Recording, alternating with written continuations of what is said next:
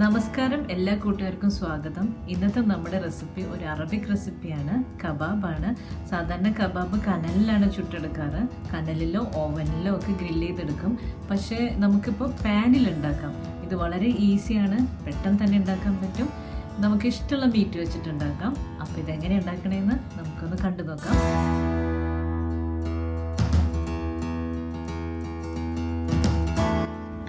1/2 kilo minced മട്ടനാണ് ഇവിടെ എടുത്തിരിക്കുന്നത്. നമുക്കിങ്ങനെ വാങ്ങിക്കാൻ കിട്ടും മിൻസ് ചെയ്തിട്ട്. അതെല്ലാം വെച്ച് കഴിഞ്ഞാൽ നമ്മൾ ഈ എല്ലില്ലാത്ത മട്ടൻ്റെ പീസ് ഒന്ന് ഗ്രൈൻഡറിലൊന്ന് അടിച്ചെടുത്താൽ മതി. പേസ്റ്റ് ആക്കരുത്, തരിത്തരിപ്പായിട്ട് നമുക്കൊന്ന് അരച്ചെടുക്കണം. പിന്നെ ഒരു ചെറിയ അരപ്പ് തയ്യാറാക്കാനുണ്ട്. അതിന് 1 ടീസ്പൂൺ ഇഞ്ചി അരിഞ്ഞത്, വെളുത്തുള്ളി, 3 പച്ചമുളക്, 1 പിടി മല്ലിയില, ഇതെല്ലാം കൂടെ നമുക്കൊന്ന് പേസ്റ്റ് ആക്കണം. അപ്പോൾ ഈ ഇറച്ചി അരയ്ക്കുന്ന സമയത്ത് ഇതെല്ലാം ചേർത്ത് നമുക്ക് പേസ്റ്റ് ആക്കാം, അല്ലെങ്കിൽ സെപ്പറേറ്റ് പേസ്റ്റ് ആക്കിയിട്ട് ഇതിൽ മിക്സ് ചെയ്യാം. ഞാനിത് പേസ്റ്റ് ആക്കാൻ പോവാണ്. ഈ പേസ്റ്റ് ഈ ഇറച്ചിയിലേക്ക് ഇട്ട് കൊടുത്തിട്ടുണ്ട്. പിന്നെ ഒരു ചെറിയ മീഡിയം സൈസ് വലുപ്പത്തിലുള്ള സവാള, അതൊന്ന് നമുക്ക് ഗ്രേറ്റ് ചെയ്തെടുക്കണം. എന്നിട്ട് അതിൻ്റെ ജ്യൂസൊക്കെ പിഴിഞ്ഞ് കളയാം. എന്നിട്ട് കാരണം നമ്മൾ ജ്യൂസോട് കൂടി ആകുമ്പോഴും നല്ല വെള്ളം പോലെയായിരിക്കും, അപ്പോൾ നമുക്ക് അതിൻ്റെ നല്ല ടെക്സ്ചർ കിട്ടില്ല. അപ്പോൾ അതുകൊണ്ടാണ് ജ്യൂസ് പിഴിഞ്ഞ് കളഞ്ഞിട്ട് നമ്മൾ ആ സവാള എടുക്കുന്നത്. ആവശ്യത്തിനുള്ള ഉപ്പിട്ട് കൊടുക്കുക. ഇനി കുറച്ച് പൊടികൾ ചേർക്കാനുണ്ട്. 1 ടേബിൾ സ്പൂൺ മല്ലിപ്പൊടി, മുളക് പൊടി, ചതച്ച മുളക്, 1 നുള്ള് മഞ്ഞൾപ്പൊടി, നല്ല ജീരകം പൊടിച്ചത് 1 ടീസ്പൂൺ, പിന്നെ ഗരം മസാല 1 ടീസ്പൂൺ. ഇതെല്ലാം ടേബിൾ സ്പൂൺ ആട്ടോ, അളവിൽ എടുത്തിട്ടുണ്ട്. നമുക്ക് ഇതിനൊന്ന് നന്നായി ഇളക്കി യോജിപ്പിച്ചെടുക്കണം.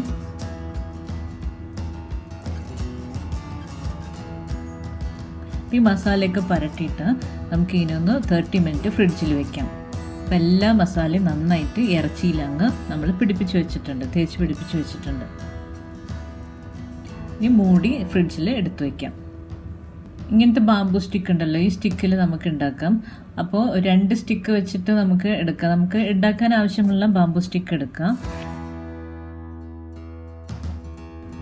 ഇപ്പോൾ കൈ ചെറുതായിട്ടൊന്ന് നനച്ചിട്ട് ഒരു ചെറിയ പിടി ഈ ഇറച്ചി എടുത്തിട്ട് നമുക്ക് ഈ ബാമ്പു സ്റ്റിക്കിലേക്ക് ഒന്ന് വെച്ച് കൊടുക്കണം. എന്നിട്ട് കൈ കൊണ്ട് നമുക്കതിനെ ഷേപ്പാക്കി ഇങ്ങനെ എടുക്കാം.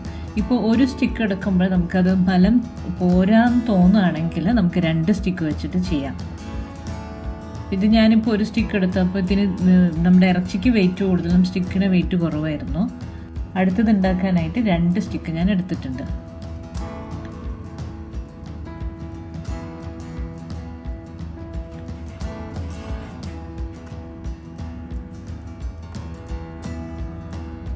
രണ്ട് സ്റ്റിക്ക് വെച്ചിട്ട് എടുത്തിട്ടുണ്ട്. എന്നിട്ട് നമ്മൾ 1 പിടി ഇറച്ചി എടുത്തു. ഇറച്ചി കൂട്ടെടുത്തിട്ട് നമ്മളിതിനെ ഷേപ്പാക്കി എടുക്കുകയാണ്. ഈ സ്റ്റിക്കിലേക്ക് വെച്ച് കൊടുത്തിട്ട് കൈ കൊണ്ട് ഇങ്ങനെ നീളത്തിലിങ്ങനെ ഷേപ്പാക്കി എടുക്കുകയാണ്, കനം കുറച്ച് വന്നിട്ട്. അങ്ങനെ എല്ലാ ഇറച്ചികളും നമ്മൾ തയ്യാറാക്കി വെച്ചിട്ടുണ്ട്. ഇപ്പോൾ 7 കബാബിനുള്ളത് എനിക്ക് കിട്ടിയിട്ടുണ്ട്. ഇനി നമുക്കിതിനെ ഒന്ന് ചുട്ടെടുക്കണം. അപ്പോൾ നമ്മൾ കനലിലൊന്നും ചുടുന്നില്ലല്ലോ, പാനിലല്ലേ ഇടുന്നത്. അപ്പോൾ 1 നുള്ള് എണ്ണ ഒഴിച്ച് കൊടുക്കുക, ഓയിൽ ഒഴിച്ച് കൊടുക്കുക. എന്നിട്ട് ഈ തയ്യാറാക്കി വെച്ച് കബാബിനെ അതിലേക്ക് ഇട്ട് കൊടുക്കുക. ഓയിൽ ജസ്റ്റ് ഒന്ന് സ്പ്രെഡ് ചെയ്താൽ മതി. ഇതിലിപ്പോൾ ഇത്തിരി ഓയിൽ കൂടിപ്പോയിട്ടുണ്ട്.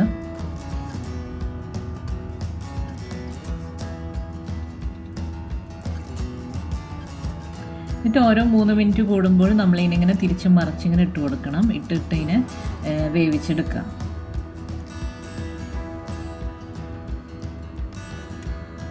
ഓരോ 3 മിനിറ്റ് കൂടുമ്പോൾ നമുക്കിതിനെ തിരിച്ചും മറിച്ചും ഇട്ട് വേവിച്ചെടുക്കണം. അപ്പോൾ നമ്മുടെ കബാബ് തയ്യാറായിട്ടുണ്ട്. ഇനി ബാക്കിയുള്ള കബാബും കൂടെ ചുട്ടെടുക്കണം.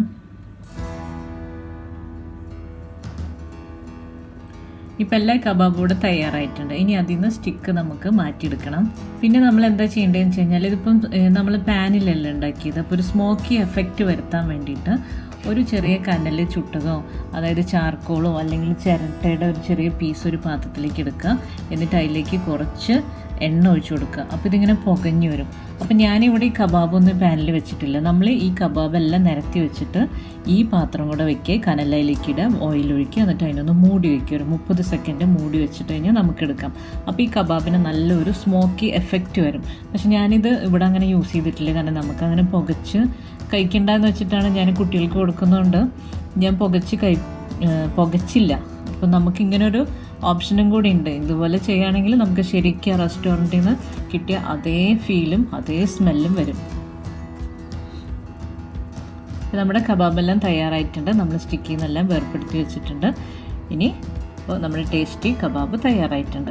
ഇത് നമുക്ക് ഇതേ സെയിം പ്രൊസീജിയർ തന്നെ ചിക്കനിലും ബീഫിലും ഒക്കെ ഉണ്ടാക്കാവുന്നതേ ഉള്ളൂ. അപ്പോൾ നമ്മുടെ വീട്ടിൽ തന്നെ നമുക്കിപ്പോൾ ഉണ്ടാക്കാമെന്ന് മനസ്സിലായില്ലേ? നമുക്ക് റെസ്റ്റോറൻറ്റിലൊന്നും പോകേണ്ട ആവശ്യമില്ല. നല്ല ടേസ്റ്റി ആയിട്ടുള്ള കബാബ് നമുക്ക് വീട്ടിൽ തന്നെ ഉണ്ടാക്കാം.